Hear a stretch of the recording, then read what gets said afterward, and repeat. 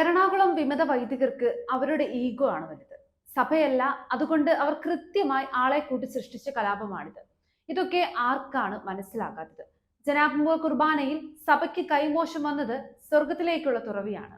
Benedict 16 മാർപ്പാപ്പയുടെ വാക്കുകളിലേക്ക്, വൈദികൻ ജനങ്ങൾക്ക് നേരെ തിരിഞ്ഞു നിൽക്കുന്നത് സമൂഹത്തെ ഒരു അടഞ്ഞ വൃത്തമാക്കി മാറ്റി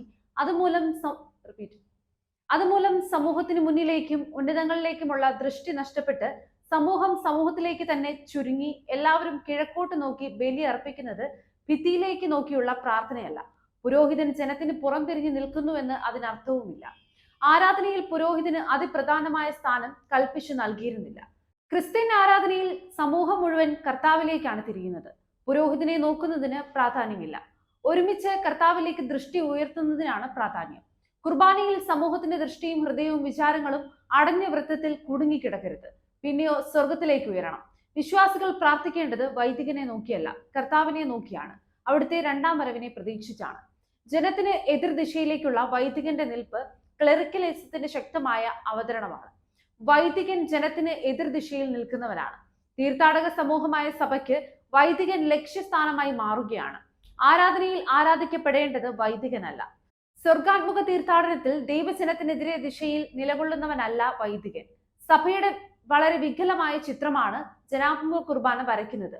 സീറോ മലബാർ സഭയിൽ കുർബാനയിൽ പകുതി സമയവും വൈദികൻ ജനമധ്യത്തിൽ ജനത്തോടൊപ്പം ബേമയിലാണ് നിൽക്കുന്നത്. ഹൈക്കല മധ്യത്തിൽ ബേമ സ്ഥാപിക്കുന്നതിലും മനോഹരമായ ക്ലെറിക്കലിസത്തോട് പൊരുതാൻ പറ്റുമെന്ന് തോന്നുന്നില്ല. ജനത്തിന് എതിർദിശയിൽ നിൽക്കുന്നത് വൈദികനെ സംബന്ധിച്ചിടത്തോളം ഒരു ആഡംബരമാണ്. ജനത്തിൽ നിന്നും വളരെ അകലങ്ങളിൽ പ്രതിഷ്ഠിക്കപ്പെടുന്ന പൗരോഹിത്യ ആഡംബരം. വൈദികനും സ്വർഗോത്മകമായി തീർത്ഥാടനം ചെയ്യുന്ന ആരാധനാ സമൂഹത്തെ നയിക്കുന്നു.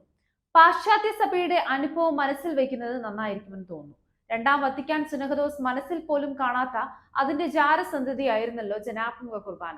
ജനത്തിന് കൂടുതൽ അനുഭവേദ്യമാകുന്നതിനും ലളിതമായിരിക്കുന്നതിനും വേണ്ടിയാണല്ലോ ജനാഭിമുഖ കുർബാന നടപ്പിൽ വരുത്തിയത്.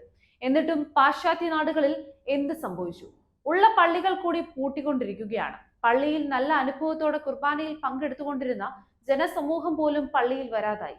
കഴിഞ്ഞ ഒരു 50 വർഷത്തിനിടയിൽ പാശ്ചാത്യ നാടുകളിൽ പള്ളിയിൽ വരുന്നവരുടെ എണ്ണം എത്ര കണ്ട് കുറഞ്ഞെന്നുള്ളത് വിശദീകരിക്കേണ്ടതില്ലല്ലോ. അവിടെ ദൈവാനുഭവം കിട്ടാത്തത് കൊണ്ട് പൗരസ്ത്യ നാടുകളിലെ അന്യമത ആരാധനകളിലേക്കും ആൾദൈവങ്ങളിലേക്കും പോലും അവർ വന്നുകൊണ്ടിരിക്കുകയാണ്. ജനാഭിമുഖ ആരാധനയ്ക്ക് ദൈവാനുഭവം നൽകാൻ സാധിക്കുന്നില്ല എന്നുള്ളത് വ്യക്തമാണല്ലോ. പാശ്ചാത്യ സഭയുടെ അനുഭവം നമുക്ക് സംഭവിക്കാതിരിക്കണമെങ്കിൽ ജനാഭിമുഖ കുർബാന എന്ന അബദ്ധം എത്രയും പെട്ടെന്ന് അവസാനിപ്പിക്കണം.